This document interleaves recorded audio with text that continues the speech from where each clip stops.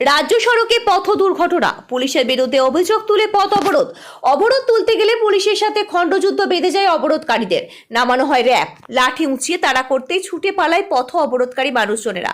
ঘাটাল পাঁশকুড়া রাজ্য সড়কের দাসপুরে জগন্নাথপুরের ভয়াবহ পথ দুর্ঘটনাটি ঘটে। জানা যায় আজ সকাল নাগাদ দুটি বাইকের সংঘর্ষ হয়। দুটি বাইকে থাকা 4 জন রাস্তাতেই লুটিয়ে পড়ে। তাদেরকে নিয়ে যাওয়া হয় চিকিৎসার জন্য হাসপাতালে। হাসপাতাল সূত্রে জানা গেছে 2 জন গুরুতর আহত এবং 2 জন সুস্থ আছে। রাজ্য সড়কে বেপরোয়া যান চলাচল ঘটছে। বারবার পথ দুর্ঘটনা থেকে ক্ষিপ্ত হয়ে রাজ্য সড়ক অবরোধ করে সাধারণ মানুষজন। দীর্ঘক্ষণ পথ অবরোধের পর জেরে যানজটের সৃষ্টি হয়। ঘটনাস্থলে দাসপুর থানার পুলিশ অবরোধকারীর সাথে কথা বলতে অবরোধ তুলতে গেলে পুলিশের সাথে বচসায় জড়িয়ে পড়ে অবরোধকারীরা।